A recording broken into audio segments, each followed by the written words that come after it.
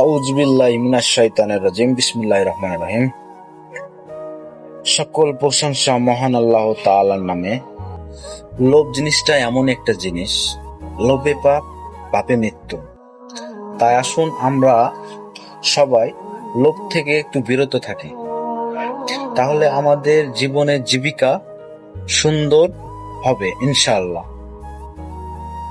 আশা করি সবার আমার কথাটা ভালো লাগবে, কারণ এই লোভের জন্য অনেক কিছু ধ্বংস হচ্ছে। তাই আসুন আমরা সবাই লোভ থেকে বিরত থাকি। আমাদের হযরত মুহাম্মদ সাল্লাল্লাহু সাল্লাম কখনো লোভ করেননি, আমরা তার উম্মত। আমরা কোনো লোভে আকৃষ্ট হব না। Thank you. সবাই ভালো থাকবেন, সুস্থ থাকবেন।